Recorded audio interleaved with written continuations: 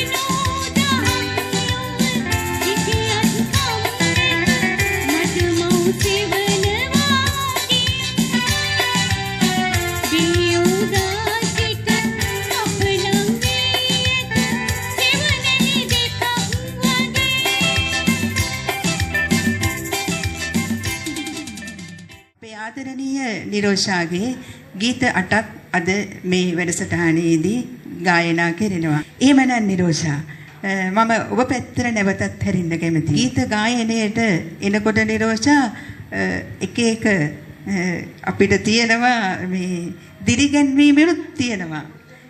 එක පැත්තකින් අර කැපිලි කියන ඒවත් එනවා. ඒ ගැන ඔබ මොකද හිතන්නේ දෙපැත්ත ගැන? මම මම ඒව සමබරව විඳ දරා ගන්නවා. හොඳ තියන අයත් මං සතුටින් ආශ්‍රය කරනවා, ආදරින් සලකනවා එයාට. මට කිසි ප්‍රචාරයක් නොදක්වන අයටත් මං කිසිදාක මේ තරහක් නැහැ. මගේ හිත ඇතුලේ ආදරයක් පමණයි තියෙන්නේ සියලු දෙනා ගැනම. ඔයාගේ ඒ නිහතමානීකමම කමඩ මම ඇත්තටම හදවතින්ම ස්තුතිවන්ත වෙනවා නිරෝෂා. තම තමන්ට ආවේනික හඬක් තියෙනවා නිරෝෂා. ඔව් ඒක ඇත්ත. දෙවියන් දෙනවා හඬක්. ඔව් ඒක තමයි ඇත්තම දේ කියන්නේ. මං කතෝලික දරුවෙක්. මං පාසල් ගියේ කොළඹ මේ සාන්ත අන්තෝනි බාලිකා මහාවිද්‍යාලයට. මං කතෝලික පල්ලිය වැළඳගත්තු දරුවෙක්. මං ගොඩාක් මේ ගීතිකා කණ්ඩායමේ හිටිය අවුරුදු 5ක්. ඒ හැකියාව තමයි මට තියෙන්නේ. මට පුංචි කාලේ ඉඳන්ම ගීත ගායනා කරන්න පුළුවන්. මගේ තාත්තගේ ටිකක් රැකවල් මැද හැදුන නිසා මට පොඩි කාලේ ඉඳන් ඉස්සරහට යන්න ඉඩක් තිබ්බේ නෑ. මොකද විවාහ කර දෙනකන් ඒකට හේතුව මගේ පියාට යමවටයි සිටියේ මම පමණයි. මගේ මහත්තයගෙන් මට සහයෝගය ලැබෙනවා. මගේ මහත්තයාට අර මට සහයෝගය දෙන්න කියන්නේ මගේ පසුපස යට එන්න බෑ. ඉතින් එයා පොලිසියේ සේවයේ නියුතු කෙනෙක්. ඉතින් එයාගේ රැකියාව අනුව එයාට මට උදව් කරන්න බෑ. ඒත් මට හැම දෙයකම වැරි සින්දුවක් කියද්දී මම වැරදුනත් එතනදී එයාගෙන් අහනවා මේක හොඳද කියලා. ඒ අවස්ථාවේ එයා මට හොඳයි නරකයි කියන තැන් තියෙනවා. ඒ සමයට බෙහෙවින්ම මම ස්තුතිවන්ත වෙනවා. එහෙමනම් අපි තව පසුවට විස්තර කතා කරමු නිරෝෂා. ඔබට ඊළඟ ගායනයට යන්නයි මේ සූදානම.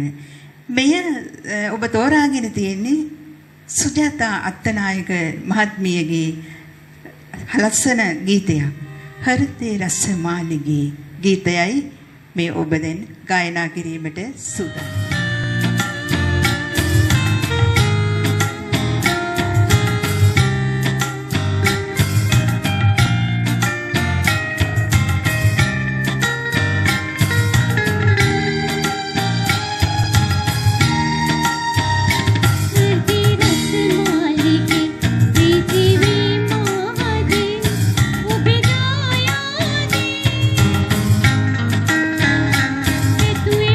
जीवित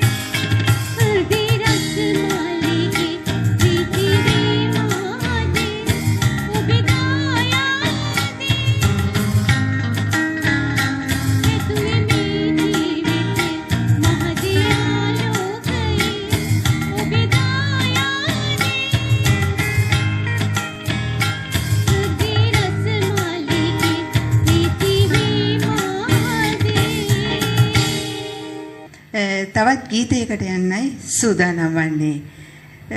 කලාශූරි ලතා වල්පොල මහත්මියගේ ගීතයක් තමයි මෙම නැවතත් තෝරගෙන තියෙන්නේ. මමත් හරිම කැමති ගීතයක් තමයි මේක. ලස්සන ගීතයක්. පොකුරු පොකුරු මල් සැනකෙලි ඔබරි ලතාවයි. ඔබටයි අවස්ථාව නිරෝෂා.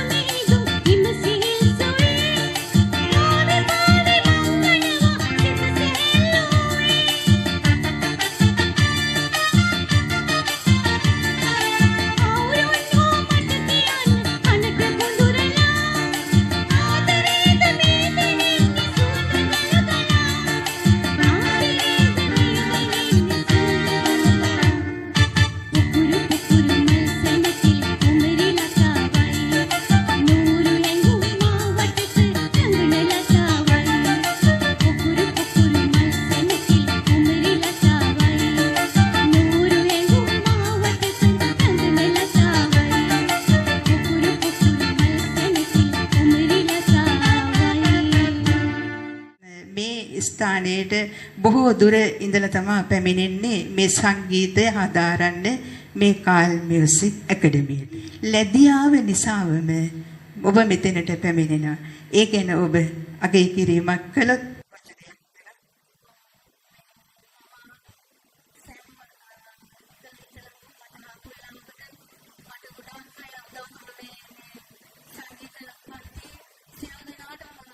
මට මේ ගමන එන්න ලොකුම හයියක් වුණු දෙන්නෙක් ඉන්නවා. මට දරු පැටියෙක් ඉන්නවා. ඉතින් ඒ පුතාව මං ගෙදර දාලා එන්නේ.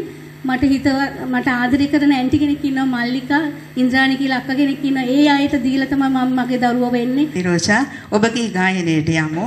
ඔබගේ ගායනයේ සුජාතා අත්තනායක මහත්මිය ගායනා කරන ගීතය සතර වටින් කළු කරගෙන වහින වෙලාවේ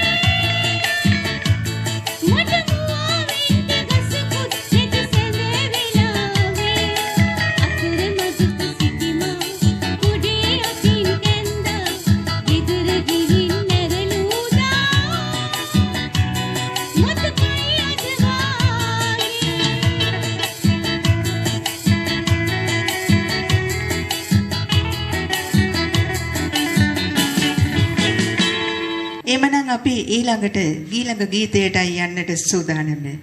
ඇන්ජලින් ගුණතිලක මහත්මිය මල් හිනා නගන්න සුසුදු ආදරේ.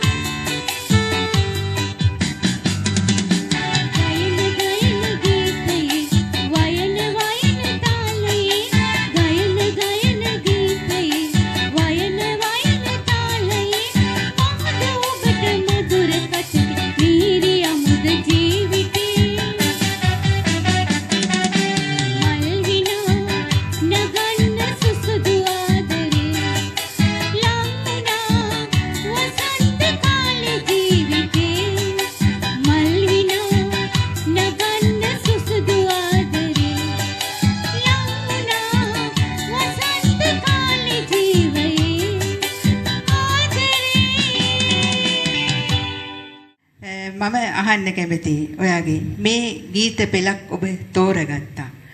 අද ඔබ අද දින ඔබට ලැබෙන සතුට කුමක්ද? කියන්න නිම්මියම් නෑ වචනේ ඉතින්. ගීත ගායනයකට යන්නයි සූදානම. සුජාතා අත්තනායක මහත්මියගේ ගීතයක් තමයි. මේ ගීතයට ඔබ විශේෂත්වයක් දක්වනවද? ආදරේ මන්දිරේ. ඔව්. ඉතින් අපිට ආදරේ කියන දේ අවශ්‍යයි නේද? අපේ සැමියාගේ ආදරේ, දෙමව්පියන්ගේ ඒ ආදරේ ඉඳ තමයි අපි මේ ජීවිතේ ගෙවන්නේ.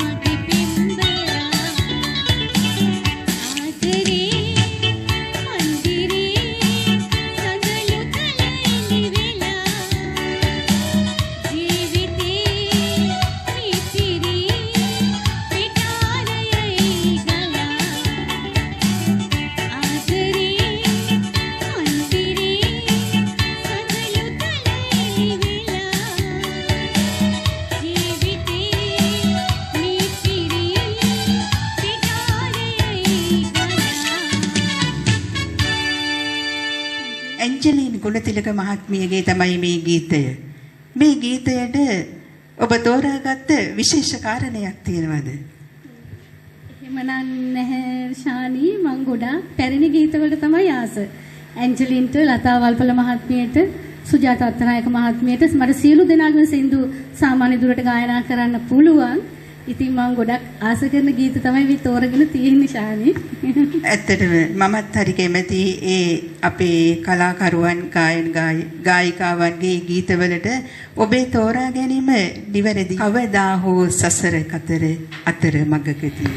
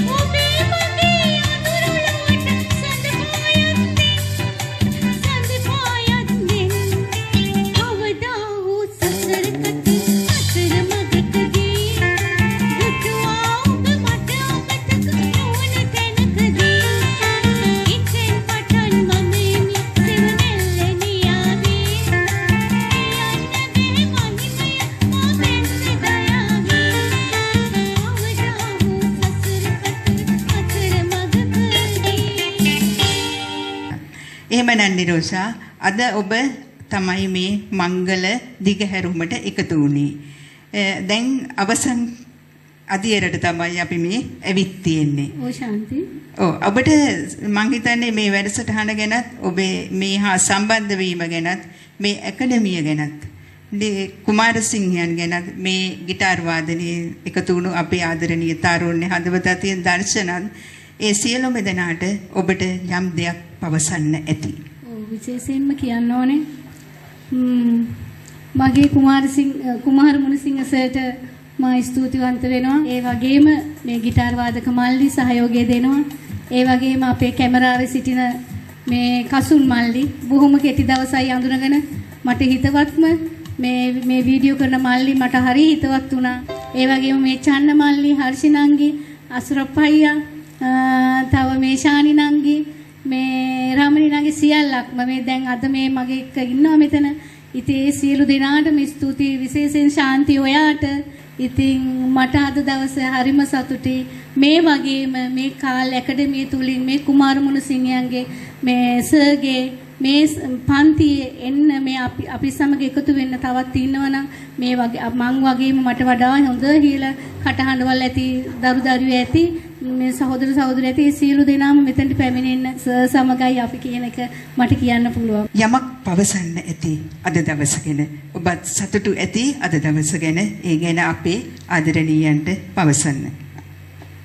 බොහොම ස්තුතියි ශාන්ති. ඉතින් ඇත්තටම මට ගොඩක් සතුටුයි. මම තරුවක් කියන මෙම මාතෘකාවට යටතේ මගේ ඇකඩමියේ කාල් මැදිරියේ සිට අද සජීවීව මේම වැඩසටහනක් කරන්න ගැනීම ගැන මම ගොඩාක් සතුටු වෙනවා. හැබැයි මම ගොඩාක් කනගාටු වෙනවා මේක ඇයි පස්සට ගියේ කියලා. ඒ තද සතුටේ මම මේ දෙයක් කරා කියන එක. ඉතින් හැමදාම මාත් එක්ක එකතුලා ඉන්න මේ කාල් මියුසික් ඇකඩමියේ සියලු දෙනා ඉතාමත් ගෞරවපූර්ණ මම පිළිගන්නවා. ඒ වගේම අද මුල්ම දිගහැරුමට එක්වුණු රාගම නිරෝෂා පුදුති. ඔබට ගොඩක් ස්තුතියි. ඉතින් මේ වගේ මම තරුවක් වැඩසටහනට සජීවීව ගායනා කරන්න පුළුවන් ඕනම කෙනෙක්ට ආරාධනා කරනවා. ඔය සියලු දිනාටම අපි හදවතින්ම ස්තුතිවන්ත වෙනවා කාල් මියුසික් ඇකඩමිය වෙනුවෙන්. හොඳයි නිරෝෂා ඔබටයි මේ ගායනයේ ඊළඟ කලාශූරී ගීත කෝකිලාවිය ලතා වල්පොල මහත්මියගේ ගීතයක් තමයි ඔබ අවසන් වශයෙන් තෝරගත්තේ. මුල් ගායනයත් අවසන් ගායනයත් ලතා වල්පොල මහත්මියම තෝරගත්තා ඔබ. ඒ නිසා අපි ඒ ගායනයට යන්න සූදානම. රෑනගිරා රෑනාමී ජීවිතේ. හොඳයි අවස්ථාව ඔබටයි නිරෝෂා.